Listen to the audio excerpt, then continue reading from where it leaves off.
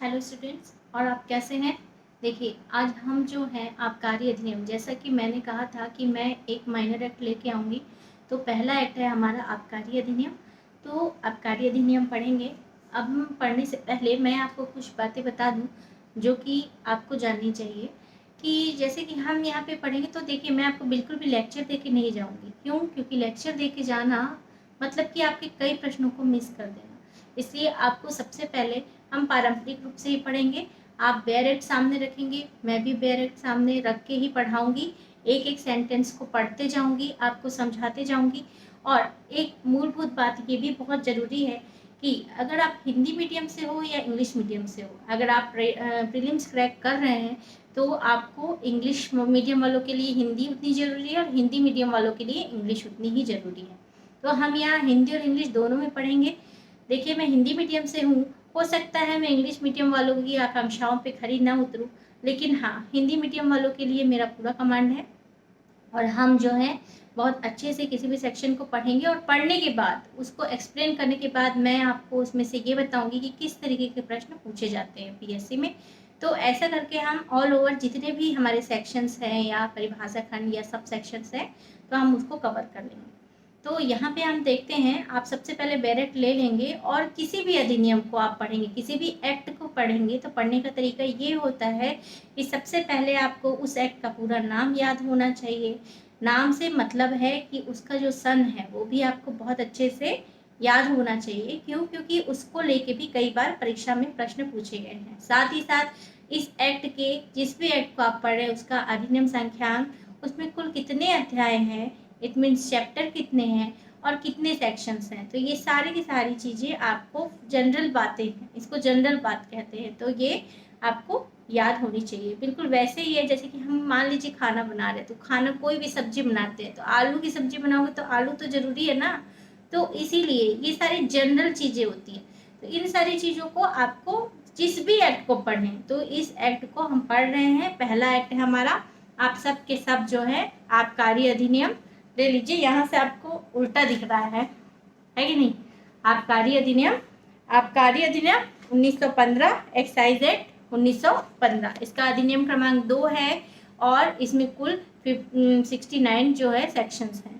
और साथ ही साथ आपको ये भी ध्यान देना है, इस जिस भी एक्ट को आप पढ़ें कि इसमें कितने बार संशोधन हुए, कब कब संशोधन हुए, रिसेंट संशोधन कौन सा है, और कब कब उसकी जो डेट है ना पूरी, वो सारी बातें भी आपको ध्यान देनी, क्योंकि उसमें से भी कई बार पीएससी ने प्रश्न पूछा है। टोटल इसमें चैप्टर अध्याय 9 है, टोटल 9 चैप्टर हैं। चलिए, तो पहला तो संक्षिप्त नाम विस्तार प्रारंभ है पहला सेक्शन, और इसका संपूर्ण जो विस्तार है वो छत्तीसगढ़ पे होगा। और डेफिनेशन खंड है सेक्शन 2 है परिभाषा खंड। आज का जो ये जो लेक्चर है, इसमें हम परिभाषा खंड को पूरा खत्म करने का प्रयास करेंगे, ताकि नेक्स्ट जो भी सेशन रहे हमारा, तो हम उससे सीधे सेक्शन से पढ़ाई स्टार्ट करें। तो चलिए हम स्टार्ट करते हैं। आप सबके सब बैरेट, जब भी हमारी पढ़ाई होगी बैरेट लेके आप बैठेंगे। जब भी मैं पढ़ाऊंगी तो पढ़ाने का तरीका ये होगा कि पहले मैं हिंदी में बोलूँगी, हिंदी के जो बैरेट में जो लिखा है एज इट इज़ वो बताऊँगी, उसके बाद उसको इंग्लिश पढ़ने के बाद एक्सप्लेन करूँगी, और फिर ये भी बताऊँगी कि उसमें से किस तरीके से पीएससी प्रश्न पूछता है। सबसे पहले है परिभाषा खंड, सेक्शन 2 में है, सेक्शन 2 का एक एजेंसी। एजेंसी से विपरीत है कंपनी अधिनियम 2013, भागीदारी अधिनियम 1932 के अंतर्गत पंजीकृत फर्म, प्रोपराइटरशिप फर्म। अब यहाँ पे agency means firms registered under the companies act 2013, the partnership act 1932, proprietorship firms. अब देखिए, यहाँ पे आपको ये ध्यान देना है कि 2020 में एजेंसी शब्द जोड़ा गया है, अभी नया नया संशोधन है। अब हम सबसे पहले आपके हर बैरेट में आप लोग हाइलाइटर लेके बैठिए, बैरेट के सबसे नीचे जाएंगे तो यहाँ पे 21/4/2020 को ये एजेंसी शब्द यहाँ पे ऐड किया गया है। कब? 21/4/2020, मतलब कि वहाँ पे आपको लिखना है 21 अप्रैल 2020। अब 21/4 हो या 21 अप्रैल हो, तो आपको वहाँ पे लिखना होगा कि लिख लीजिए। क्यों? कभी कभार हमको 21/4 से भी पूछ लेता है 2020, ऐसा लिख देगा, या 21 अप्रैल 2020 लिख देगा। तो कॉन्सेप्ट बिल्कुल क्लियर होना चाहिए। वहाँ पे इतना प्रेशर रहता है कि बच्चे छोटी छोटी बातों को नज़रअंदाज कर देते हैं। इसलिए आप बिल्कुल वहाँ पे संख्या है तो शब्दों में भी 21 अप्रैल 2020 ये शब्द को आप ध्यान रखेंगे।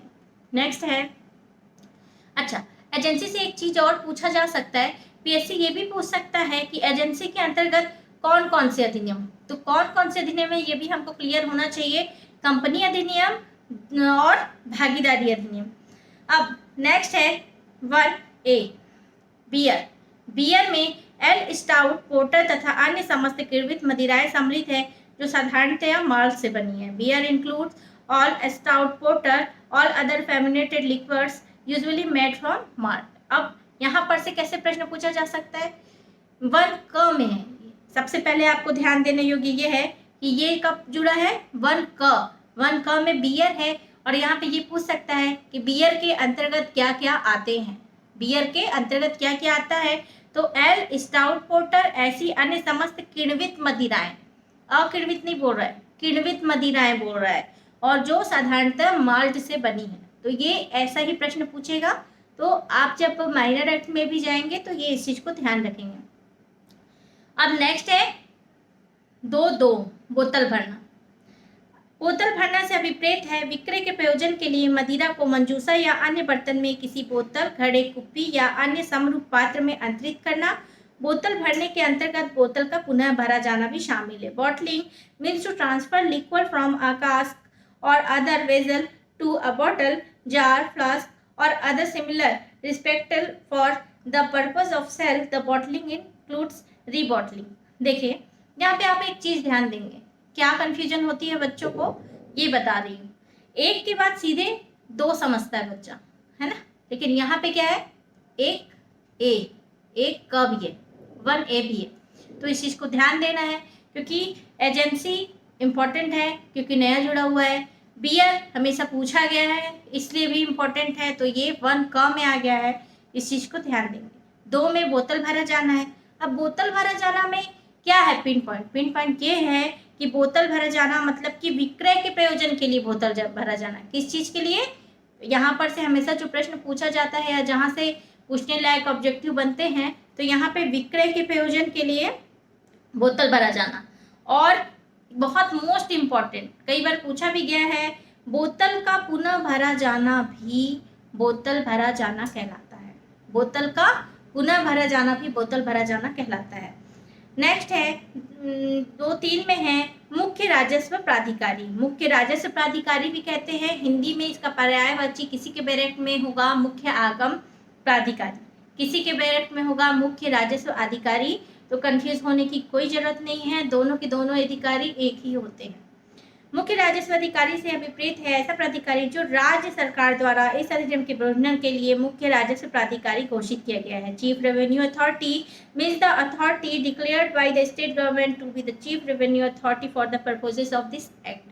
तो यहाँ पे प्रश्न ये बनेगा, पहले तो 2-3 में क्या है इस चीज को तो हमको जानना पड़ेगा ही। 3 में है मुख्य राजस्व अधिकारी, 3 में मतलब कि यहाँ पे परिभाषा 2 है, तो 2 के 3 में ऐसा रहेगा वहां पे, तो ऐसा आपको जानना चाहिए। क्या है, कौन सा सरकार बोल रहा है, राज्य सरकार। राज्य सरकार जिसको घोषित करेगा कि ये है तो वो मुख्य राजस्व अधिकारी। 2-4 में कहता है सामान्य मदिरापान गृह। तो सामान्य मदिरापान गृह जो है ये, इसको बहुत अच्छे से ध्यान रखिए, कॉमन ड्रिंकिंग हाउस कहते हैं, से अभिप्रेत है कोई ऐसा स्थान जहां मदिरापान ऐसे स्थान का स्वामित्व रखने वाले, उपयोग करने वाले, उसे रखने वाले, देखभाल या प्रबंध का नियंत्रण रखने वाले व्यक्ति के लाभ की प्राप्ति के लिए अनुज्ञात किया गया है, चाहे वह उस स्थान के उपयोग के लिए प्रभार के रूप में है, पान की सुविधा व्यवस्था के लिए या किसी अन्य रूप में। Common drinking house means a place where drinking house और drinking of liquor is allowed for the profit और gain the person owing, occupying, using, keeping or having the care and management or control the such place, whether by way of change for the use of the place or for drinking faculties provided or otherwise household। तो यहाँ पे ये बोल रहा है कि सामान्य मदिरापान गृह जो है, जो कि आप समझ सकते हैं जहाँ पे मदिरापान के लिए उपभोग करने की व्यवस्था की जाती है, तो वो है। विकृत 2-5 में विकृत है, और विकृत बहुत बार पीएससी पूछ चुका है कि विकृत मतलब क्या है, तो ये मोस्ट इम्पॉर्टेंट है। विकृत से विपरीत है मानवीय उपयोग के लिए ऐसी रीति से अयोग्य किया जाना जो राज्य सरकार द्वारा निमित्त विहित की जाए। Denatured means rendered unfit for human consumption in such manner as may be prescribed by the government in this behalf. तो क्या होता है कि राज्य सरकार कुछ ना कुछ दायरा, एक क्राइटेरिया निश्चित करती है किसी भी चीज़ के लिए, तो अगर उससे कहीं ज़्यादा, अगर उससे अयोग्य हो जो क्राइटेरिया विहित कर रही है, तो वो डीनेचर्ड हो जाता है, तो वो होता है विकृत। तो इस चीज़ को ध्यान रखना। नेक्स्ट है मोस्ट इम्पॉर्टेंट 2(6) में आबकारी कर योग्य वस्तु, तो एक्साइबल आर्टिकल्स, तो आबकारी कर योग्य वस्तु से अभिप्रेत है मानवीय उपयोग के लिए अल्कोहलिक मदिरा पहला। अब देखिए यहाँ पे जो है आपको दो चीज याद रखनी होगी, क ख ग। तो ये तीनों पॉइंट में क्या क्या चीज है, ये सारी चीजें आपको पता होनी चाहिए, क्योंकि पीएससी यहाँ से प्रश्न ले चुका है और हर एक क ख ग तीनों से लिया गया है। इट मीन्स ABC तीनों को, इंग्लिश मीडियम वालों के लिए बता दूं, ABC जो तीनों पॉइंट है उसका इंडिविजुअल पीएससी कई बार पूछ चुका है, तो इन सारी चीजों का आपको ध्यान रखना है। आबकारी कर योग्य वस्तु से विपरीत है, पहला है मानवीय उपयोग के लिए अल्कोहलिक मदिरा, दूसरा है कोई भी मादक औषधि, तीसरा है मादक द्रव्य या उत्तेजक पदार्थ अधिनियम 1985 की धारा 2 के खंड 15 में यथा परिभाषित अफीम और उसके खंड 18 में परिभाषित पॉपी स्ट्रा। तो excisable articles means any alcoholic liquor for human consumption, any intoxicating drug और opium and defined in clause and poppy straw and defined in clause और सेक्शन 2 नार्कोटिक ड्रग्स का जो है सेक्शन के अंतर्गत पॉपी स्ट्रा, इस चीज को ध्यान रखना, ठीक है। नेक्स्ट है 6 का, ये भी बहुत इंपॉर्टेंट है, ये भी पूछा गया है। आबकारी शुल्क और प्रति शुल्क से अभिप्रेत है यथा स्थिति कोई भी ऐसा आबकारी शुल्क या प्रति शुल्क जो संविधान की 7वीं अनुसूची की 2 की प्रविष्टि 51 में वर्णित है। Excise duty and countervailing duty means any such excise duty to countervailing duty as the case may be is the mention entry 51 of list 2 in the 7th schedule of constitution. तो इस चीज को ध्यान देना, यहाँ से ये तो पूछेगा ही कि 6 में क्या है। 6 में आबकारी शुल्क प्रति शुल्क, ये तो हमको याद रखना ही है, लेकिन साथ ही साथ यहाँ से प्रश्न पूछता क्या है, जो संविधान की 7वीं अनुसूची की 2 की प्रविष्टि 51 में वर्णित है, ठीक। तो इस चीज को आप हाईलाइट कर लेंगे। नेक्स्ट है आबकारी अधिकारी, 2(7) है आबकारी अधिकारी एक्साइज ऑफिसर्स, तो से अभिप्रेत है कलेक्टर या कोई अन्य अधिकारी या कोई भी अधिकारी या अन्य व्यक्ति जो धारा 7 के अधीन नियुक्त है, उसमें उक्त धारा के अधीन शक्तियां विनिहित है। Excise officer means a collector of any officer of other person appointed and invested with power under section 7। तो कलेक्टर या कोई भी अधिकारी या अन्य व्यक्ति जिसको भी धारा 7 के अधीन नियुक्त किया जाता है, तो वो सारे के सारे आबकारी अधिकारी कहलाते हैं। नेक्स्ट है 2(8) आबकारी राजस्व से विपरीत है वह राजस्व जो अधिनियम के या मदिरा या मादक औषधि के संबंध में तत्संप्रवित किसी अन्य विधि के उपबंधों के अधीन अधिरोपित किए गए, आदेशित किए गए, तय किए गए किसी शुल्क, फीस, कर, शास्त्रीय संदाय या किसी न्यायालय द्वारा अधिरोपित किए गए जुर्मानों को छोड़कर अधिग्रहण से उत्पन्न या व्युत्पन्न होने योग्य हो। एक्साइज रेवेन्यू क्या होता है, means revenue derivable from any duty, fees, tax, penalty payment other than the fine imposed by the court of law. तो ये सारी चीजें जो हैं ये होती है। अब यहाँ से मैं सीधे, क्योंकि लंबा है परिभाषा इसलिए मैं थोड़ा कम पढ़ी हूँ, आपको मैं डायरेक्ट ये बता देती हूँ कि यहाँ पर से कैसे प्रश्न पूछा जाता है। तो जब आबकारी राजस्व की बात होती है तो सेक्शन तो हमको ध्यान रखना ही है कि 2(8) में राजस्व आबकारी राजस्व है। साथ ही साथ यहाँ पर से हमेशा ये पूछा जाता है कि किसी न्यायालय द्वारा अधिरोपित किए गए जुर्माने को छोड़कर, मतलब कि न्यायालय अगर कोई जुर्माना अधिरोपित किया है, इम्पोज किया है, तो वो आबकारी राजस्व नहीं है, ये निगेटिव फॉर्म में है। आपको इस चीज को ध्यान रखना चाहिए। ये पूछ सकता है कि आबकारी राजस्व में ऐसा पूछ सकता है कि क्या क्या शामिल है, शामिल है आएगा, तो देखिए आप ये आंसर लगाओगे, किसी शुल्क, फीस, कर, शास्ती, संदाय। और अगर आपसे प्रश्न ये पूछता है कि आबकारी राजस्व में क्या क्या शामिल नहीं है, और अगर आपको यह ऑप्शन देता है कि न्यायालय द्वारा अधिरोपित किए गए जुर्मानों को छोड़कर, तो न्यायालय द्वारा अधिरोपित किए गए जुर्माना शामिल नहीं होता है। इस चीज को ध्यान दीजिएगा, बहुत पिन पॉइंट है, बहुत इंपॉर्टेंट है। शामिल में क्या होता है, किसी शुल्क, फीस, कर, संदाई, शास्ती ये सारे शामिल होते हैं आबकारी राजस्व में। और क्या शामिल नहीं होता? न्यायालय द्वारा अधिरोपित जो जुर्माना है वो शामिल नहीं होता। अब 2.9 है निर्यात। निर्यात से विपरीत है केंद्र सरकार द्वारा परिभाषित सीमा शुल्क सीमांत से आर पार न होकर अन्य प्रकार से राज्य के बाहर लेके जाना। Export means to take out of the state otherwise than the across of customs और frontier as defined the central government. अच्छा, निर्यात से ध्यान रखना, यहाँ पे हमारा एक्ट कौन सा है? ये स्टेट गवर्नमेंट की बात करते हैं ना हम लोग, पर यहाँ पे देखो निर्यात में कौन सा सरकार आ रहा है? केंद्र सरकार, सेंट्रल गवर्नमेंट आ रही है। तो इस चीज को ध्यान रखना, जहां निर्यात की बात होगी, इट मीन्स एक्सपोर्ट की बात होगी, तो वहां पे कौन सी सरकार होगी? वहां पे सरकार होगी सेंट्रल गवर्नमेंट, केंद्र सरकार। 9 का जो है वो भी 2017 का संशोधन है। इसमें मेन 2017 में संशोधन किए गए थे और 2020 में संशोधन हुआ है, और जहां तक 2021 में भी संशोधन किया गया है। आगे देखते हैं कौन सा संशोधन है।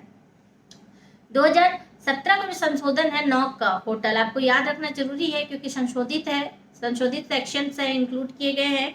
होटल से विपरीत ऐसा भवन या ऐसे भवन का भाग है आवासीय सुविधा, वाणिज्यिक उद्देश्य और मौद्रिक विमर्श हेतु प्रदान किया जाता है। Hotel means a building or part of building where residential accommodation is provided for business purpose of the monetary consideration। तो यहाँ पे देखिए आपको ये पूछा जाएगा हमेशा किस किस चीज के। पहली बात तो 9 का में है होटल है, ठीक। अब दूसरा आवासीय सुविधा, वाणिज्यिक उद्देश्य, मौद्रिक विमर्श, ये 3 शब्द आपको हाईलाइट करके रख लेने हैं। कौन कौन से? आवासीय सुविधा, वाणिज्यिक उद्देश्य और मौद्रिक विमर्श। इसलिए ही ये सारी चीजें, होटल जो है वो ऐसा भवन या भवन का भाग होता है। 10 जो है वो विलोपित हो गया है। 11 में आयात है, आयात मतलब इम्पोर्ट। अभिव्यक्ति भारत में आयात को छोड़कर सविपरीत केंद्र सरकार द्वारा परिभाषित सीमा शुल्क सीमांत के आर पार ना होकर अन्यथा राज्य के भीतर लाना। Import except in the purse import to India means to brings the state otherwise than across a custom frontier as defined by the central government. तो यहाँ पे क्या बोल रहा है? राज्य के भीतर लाना की बात कर रहा है। तो यहाँ पे भी कौन सी सरकार है? केंद्र सरकार है। 2.11 का मादक द्रव्य, जो मादक द्रव्य से विपरीत है मदिरा या मादक औषधि। सेक्शन बहुत इंपॉर्टेंट है, कई बार पूछा गया है पीएससी के द्वारा। इसमें क्या है? इंटॉक्सिकेंट में any liquor of intoxicating drug. तो यहाँ पे क्या क्या शामिल है? मदिरा या मादक औषधि। 2.12 में मादक औषधि से विपरीत है, ये भी बहुत इंपॉर्टेंट है। 2.12 मादक औषधि है। इंटॉक्सिकेटिंग ड्रग मीन्स यहाँ पे आपको जो दिया गया है 1, 2, 3, 4, इन चारों को बहुत ध्यान से पढ़ना है क्योंकि यहाँ पर से भी प्रश्न पूछे जाते हैं। अब मादक औषधि से ऐसे बहुत छोटी छोटी चीज होती है, जो नए लोग हैं, जो पुराने हैं उनको तो मालूम है, लेकिन जो नए लोग हैं वो इन सारी चीज़ों से अनभिज्ञ होते हैं कि इसमें क्या क्या बातें होती है। तो भारतीय भांग के पौधे कैनाबिस सैटिवाइल की पत्ती, छोटे डंठल, फूलने तथा फलने वाले सिरे के अंतर्गत भांग, सिद्धि या गांजा के नाम से ज्ञात समस्त रूप। अब मान लो ये पूछ ही दिया कि मादक औषधि में क्या आता है, अब उसमें इन सारी चीज़ों में कुछ को रखा और किसी चीज़ को नहीं रखा, तो आपको ये सारी चीज़ें ध्यान रखनी चाहिए कि भारतीय भांग के पौधे, भारतीय भांग के पौधा को क्या नाम है? एक और कैनाबिस सैटिवाइल, ये भी आपको ध्यान रहना चाहिए। और भारतीय भांग के पौधे की पत्ती, डंठल, फलने फूलने वाले सिरे भी आते हैं, यानी डंठल को भी शामिल किया गया है। भांग, सिद्धि और गांजा, ये 3 शब्द, इस चीज को ध्यान रखिएगा, यहाँ से भी प्रश्न पूछे जाते हैं। Intoxicating drug means the leaves, small stocks, flowers, flowering and fruiting tops of the Indian hemp plant Cannabis sativale in including all forms known as भांग, सिद्धि और गांजा। 2 जो है विलोपित है। 3 में है निष्प्रभावी पदार्थ सहित या रहित मादक औषधि के उपयुक्त रूपों में से किसी भी रूप का मिश्रण या उससे तैयार किया गया कोई भी पेय। एनी मिक्सचर विथ और without natural materials of any the above from the intoxicating drug or any drink prepared therefrom and। Next है ऐसी अन्य मादक या स्वापक वस्तु जो राज्य सरकार अधिसूचना द्वारा मादक औषधि घोषित करे जो narcotic drugs and psychotropic substance act में यथा परिभाषित स्वापक औषधि ना हो। तो इन तीनों चीज़ों को आपको ध्यान देना है और इस हिसाब से पढ़ना है। अभी जो है मैं इस सेक्शंस को यहाँ पे रोक रही हूँ। नेक्स्ट जो हमारा वीडियो रहेगा उसमें हम आगे 2:13 से स्टार्ट करेंगे। आप लोग अपनी पढ़ाई बहुत अच्छे से करें, ठीक है। बेयर एट सामने ले और जैसा बताते जा रही हूँ वैसा फॉलो करते जाए, उसे हाईलाइट करते जाए। और अब नेक्स्ट जो है 2:13 से हम स्टार्ट करेंगे। परिभाषा खंड 2 का 2:13 जो है मदिरा से नेक्स्ट पार्ट में मैं आप लोगों को बताऊंगी।